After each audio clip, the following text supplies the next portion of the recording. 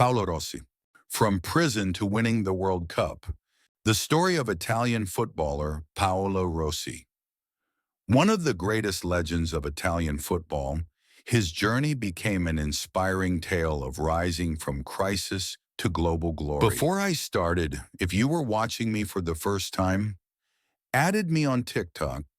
Paolo Rossi began his career at the age of 16 with Juventus, but frequent injuries prevented him from playing any matches.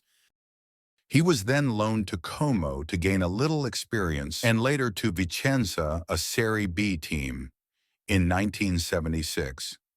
It was there that he shone, scoring 21 goals in his first season with Vicenza, winning the top scorer award and helping the team earn promotion to Serie A.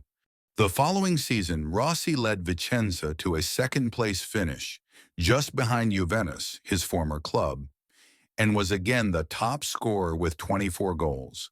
Around this time, the 1978 World Cup in Argentina was approaching. The Italian national team coach at the time, Enzo Bearzot, decided to include Rossi in the squad. The World Cup began, and Rossi was able to showcase his talent by scoring against both France and Hungary at the group stage.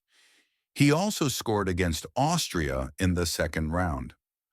Unfortunately, it wasn't enough as Italy exited the World Cup in the semi-final against the Netherlands. After the World Cup, Vicenza loaned Rossi to Perugia, and that's when his troubles began. In 1980, Italian football faced one of its darkest periods with the Tottenero scandal, involving match fixing and betting. Clubs like Milan and Lazio, as well as businessmen and many players, including Paolo Rossi, were implicated. Rossi was suspended and sentenced to 3 years in prison, which was later reduced to 2 years. At this point, everyone believed Rossi's career was over. However, in a surprising turn of events, Juventus offered Rossi a contract a full year before his suspension ended.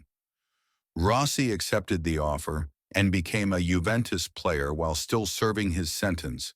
When his suspension ended in 1982, he returned to play for Juventus, but only featured in 3 matches. Then came the shocking decision. You all remember Enzo Bearzot, the coach who lost to the Netherlands in 1978. He decided to include Rossi in the national team for the 1982 World Cup in Spain. This decision was met with widespread criticism. Many called Bearzot crazy and wondered how a Rossi, who had not played football for 2 years, could play to the World Cup. But what did Bearzot see in Rossi that no one else did? Why did he include a seemingly finished player in the squad? Finally, would Paolo Rossi succeed in his final chance to redeem himself? Or had the years in prison taken their toll on his abilities? Thank you for your support. You are amazing.